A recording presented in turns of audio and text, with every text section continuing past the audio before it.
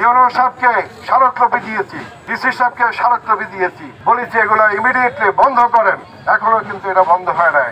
আমরা যদি ক্ষমতায় আসি এবং আমি যদি জয়যুক্ত হই, আমি নিশ্চিত করব নড়িয়া সখীপুরের কোন রোগী এই সরকারি স্বাস্থ্য কমপ্লেক্স ছাড়া ঢাকাতে যাবে না, এখানেই তাদেরকে সমগ্র জাতি বিশেষ করে তরুণ সমাজ ধ্বংস হয়ে যাচ্ছে। মাদককে অবশ্যই আমাদের রুখতে হবে।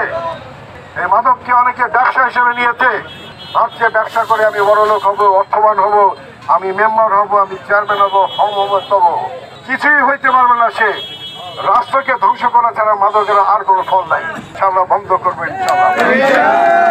সখীপুর নড়িয়াতে একটা বেড়িবাঁধ দেওয়া হয়েছে, নড়িয়াবাসী চিন্তামুক্ত ছিল, কিন্তু এবার বর্ষাকালের আগে নড়িয়াতে অবৈধভাবে বালি পাঠা হচ্ছে, এখনো চলছে। আমি মানববন্ধন করেছি, ইউনো সাহেবকে স্মারকলিপি দিয়েছি, ডিসি সাহেবকে স্মারকলিপি দিয়েছি, বলেছি এগুলো ইমিডিয়েটলি বন্ধ করেন। এখনো কিন্তু এটা বন্ধ হয় নাই। নড়িয়ার বাঁধ দিল, নড়িয়াবাসী আতঙ্কিত, যে কোনো সময় বাঁধ ভেঙে যাবে এবং নড়িয়া সে পূর্বের অবস্থায় ফেরত যাবে।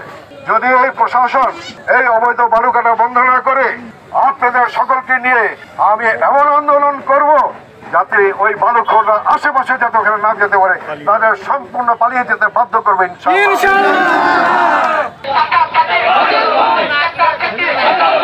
আজকে আমাদের সখীপুরে একটি গণসংযোগ ছিল, সেখানে হাজার হাজার মানুষ, আবাল-বৃদ্ধ বনিতা, মা বোনেরা, ছাত্র শিক্ষক জনতা, চাকরিজীবী ব্যবসায়ী সকলে আমাদের প্রিয় নেতাকে সাদর গ্রহণ করেছে।